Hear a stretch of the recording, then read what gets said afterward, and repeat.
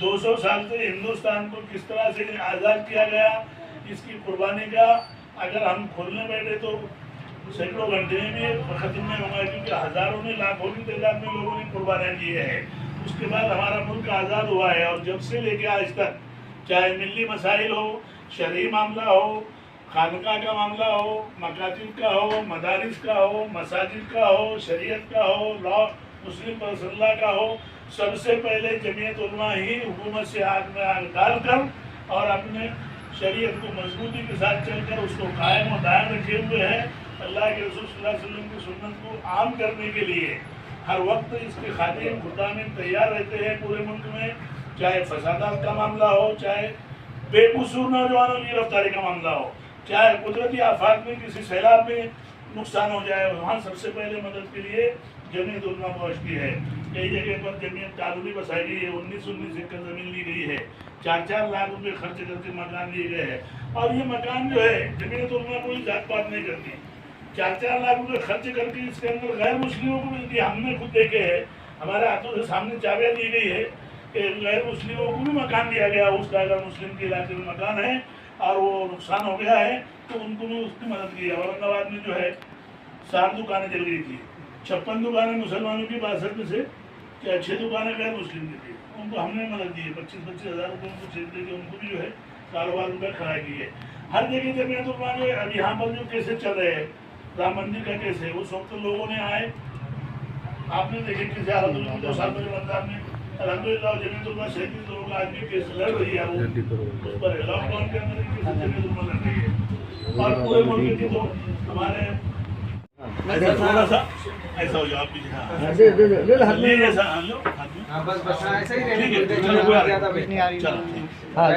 ये बाद में आप ले लो,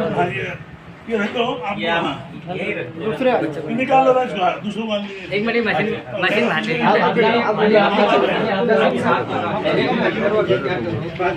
लगा दो ऐसा, सारी और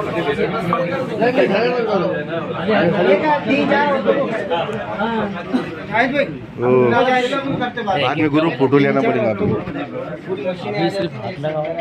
बाद में गुरु फोटो लेंगे ना बाद में उनको सबको हटा देंगे,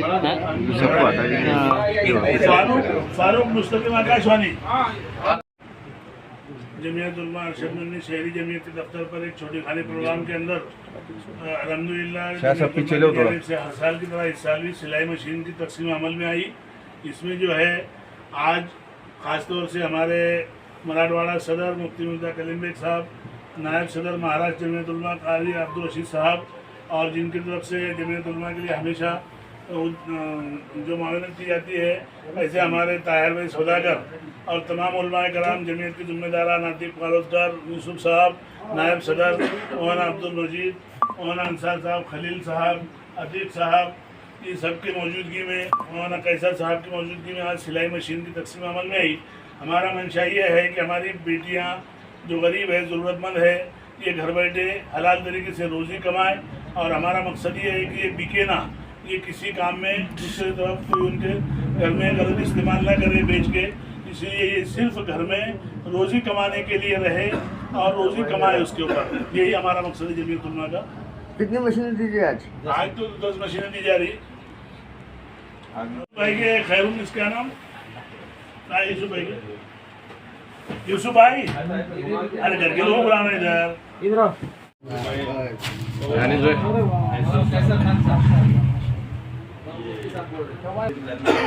अस्सलाम वालेकुम वरहमतुल्लाहि वबरकातुहू।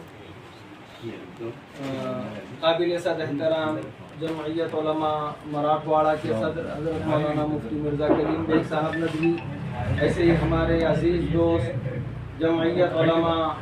शहर औरंगाबाद के सदर हाफिज़ अब्दुल अज़ीम साहब, माशाअल्लाह उनका नाम अजीम है और उनकी खिदमत भी यकीनन अजीम है। इसी तरीके से जमइयत उलमा शहर औरंगाबाद के तमाम ही ज़िम्मेदारान और इस प्रोग्राम के रूह ताहिर साहब सौदागर, अल्लाह तबारक व ताला उनके जान माल में इज़्ज़त आबरू में बरकतें अता फरमाए। वो कौम मिल्लत की इंसानियत की खिदमत को उन्होंने अपना नज़रिया और धर्म बनाया, अल्लाह तबारक व ताला उनको जज़ाए खैर अता फरमाए। रसूल करीम सल्लल्लाहु अलैहि वसल्लम का फरमान है آپ صلی اللہ علیہ وسلم فرماتے ہیں خیر الناس من ينفع الناس، لوگوں میں سب سے زیادہ یعنی معتمد اور سب سے زیادہ محتم بالشان اور سب سے زیادہ یعنی اونچے اخلاق کا، اونچے کردار کا وہ آدمی ہے جو لوگوں کے لیے سب سے زیادہ نفع بخش اور خیر اور بھلائی کے کام کرتا ہے۔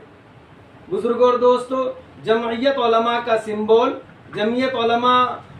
کا آپ جس وقت یعنی جھنڈا دیکھیں یا جمعیت علماء کا سمبول دیکھیں، اس کے اندر بھی ید اللہ علی الجماع، یعنی جمعیت علماء ایک جماعت کا نام ہے، ایک تنظیم کا نام ہے، اور وہ تنظیم صرف اپنے آپ کو تنظیمی طور پر سامنے پیش کرنے کی قائل نہیں، وہ تنظیم ایسی ہے جو ساری یعنی دکھوں کو، دردوں کو، مسائل کو اپنے اندر لیے ہوئے ہے، ان کا مداوع پیش کرنے کی صلاحیت اور قابلیت رکھتی ہے، اور مستقل طور پر جیسے حافظ عبدالعظیم صاحب نے کہا کہ جمعیت علماء نے ہندوستان کو آزادی دلانے میں اہم رول اور کردار ادا کیا، لیکن جہاں ملک آزاد ہوا اس سے لے کر آج تک کی تاریخ جمعیت علماء کی روشن تاریخ ہے۔ وہ تاریخ ہے انسانیت کی بنیاد پر انسانوں کی خدمت کی جائے، چاہے آفات سماوی ہو یا عرضی آفات ہو۔ ایسے موقع پر کوئی جماعت، کوئی تنظیم، کوئی فرد میدان عمل میں آپ کو دکھائی دے گا، سب سے پہلے وہ جمعیت علماء کے کارکنان اور جمعیت علماء آپ کو دکھائی دے گی، اور صرف ہم وقتی طور پر ان کو ساز و سامان دینے کے قائل نہیں ہیں۔ ہمارے اکابرین، ہمارے تنظیم کے ذمہ داران، ہمارے تنظیم کا مقصد اور نصب العین یہ ہے، وہ بعض آباد کاری چاہتے ہیں، چاہے یعنی آفات سماوی ہو، عرضی ہو، وقتی طور پر جو ضرورتیں ہو سکتی ہے وہ بہم پہنچانا ہم اپنی ذمہ داری سمجھتے ہیں، لیکن کسی کے گھر لٹ پٹ گئے، بہ گئے، کاروبار تلف ہو گئے، جمعیت علماء کا نظریہ، مشن آپ تمام حضرات جانتے ہیں، وہ انہیں کھڑے کرنا چاہتی ہے۔ ابھی آپ دیکھ رہے ہیں ہماری مائیں گھروں میں رہ کر،